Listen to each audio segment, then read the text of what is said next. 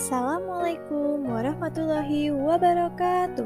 Perkenalkan, nama saya Desi Zafiarisanti dengan NIM 193022410002. Saya berasal dari Pendidikan Fisika A Angkatan 2019. Saya berasal dari Universitas Negeri Yogyakarta. Pada pertemuan hari ini, saya akan menjelaskan tentang inspirasi dari salah satu bapak optika modern loh. Ada yang tahu nggak siapa itu bapak optika modern? Yaitu adalah Ibnu Al-Haytham. Pada penjelasan hari ini, ada beberapa pokok materi yang akan saya bahas.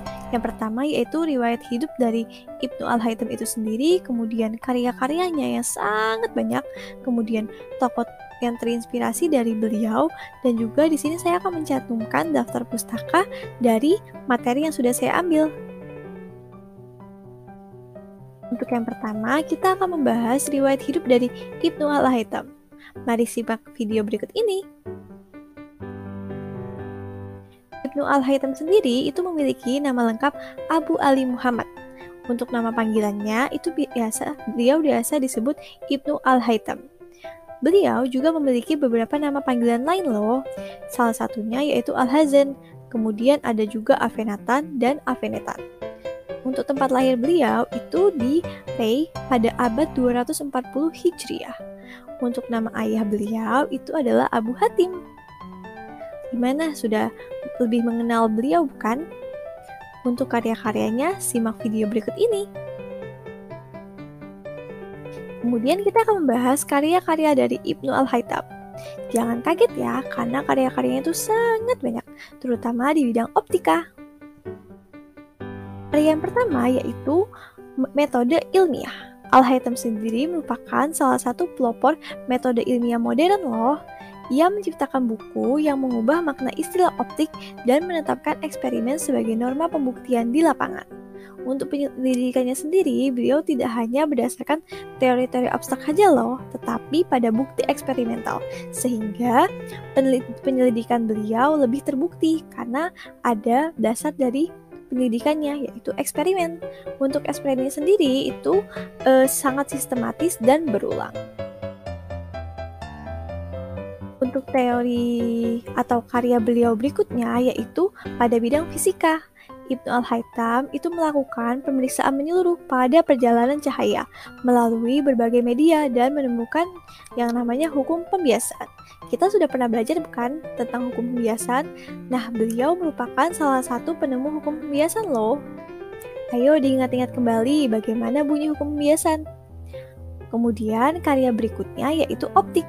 Ibnu Al-Haytham sendiri itu menulis suplemen yang berjudul Risalah fil Daw.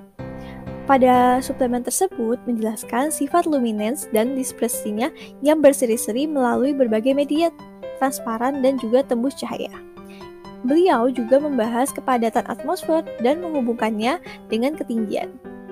Beliau juga mempelajari tentang pembiasan dari atmosfer. Wah, banyak sekali ya pengetahuan beliau. Kemudian karya berikutnya yaitu membahas tentang dasar fisiologi optik. Ibnu Al-Haytham sendiri itu merupakan orang pertama yang meletakkan dasar optik fisiologis. Pada dasar optik fisiologis itu menyangkut prinsip-prinsip optik mata dan penglihatan. Ia juga orang pertama yang mempelajari sifat-sifat cahaya dan lensa cembung. Wah, kita sudah pernah ya belajar tentang sifat-sifat cahaya dan lensa cembung. Ternyata beliau merupakan orang yang mempelajarinya pertama loh. Untuk kitabnya sendiri itu bernama Al-Manazil atau disebut Book of Optics. Dalam buku tersebut itu terdapat teori-teori yaitu teori tentang pembiasan, refleksi, studi lensa, dan memberikan laporan akurat tentang penglihatan. Wah, kita sering ya belajar tentang pembiasan, tetapi kita tidak tahu hukum tersebut diambil dari sumber mana. Salah satu sumbernya yaitu kitab yang ditulis oleh Ibnu Al-Haytham. Pada buku tersebut juga membahas tentang bentuk dasar untuk penemuan kacamata, teleskop, dan mikroskop.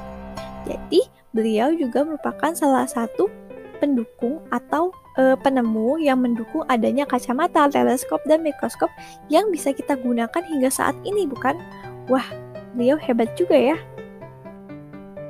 Kemudian untuk karya lainnya itu ada banyak sekali. Ada sekitar 200 karya lainnya, tetapi di sini saya akan menampilkan 36 saja ya.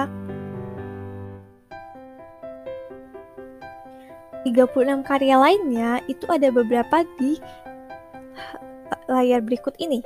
Yang pertama yaitu buku optik, kemudian ada juga analisis dan sintesis, neraca kebijaksanaan, koreksi ke alam mages, wacana tentang tempat, kemudian ada juga penentuan tiang yang tepat, penentuan meridian yang tepat, kemudian menemukan arah kiblat dengan perhitungan, kemudian ada juga karyanya Bima Sakti, kemudian tentang sifat bayangan, On the Rainbow, dan Hello Opuscula. Berikut ini juga ada karya-karya lainnya nih, salah satunya Sundila Horizontal dan Garis Jam, dan juga lain-lain ya, dapat dilihat pada layar.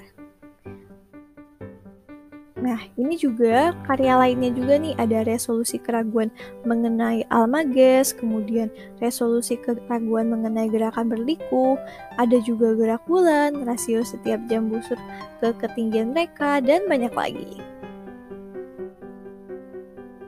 Karena beliau begitu menginspirasi, ada beberapa tokoh yang terinspirasi dari karya-karya beliau.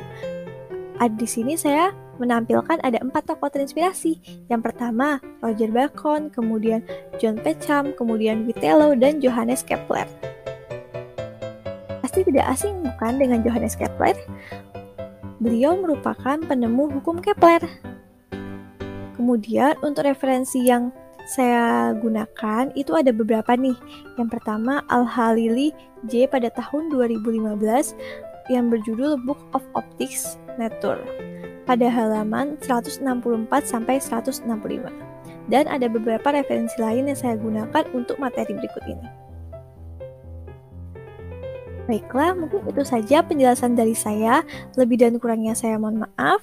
Terima kasih, semoga penjelasan dari saya dapat membantu pengetahuan teman-teman semua untuk mengetahui biografi atau inspirasi dari Ibnu Al-Haytham. Thank you for listening. Don't hesitate to ask any question.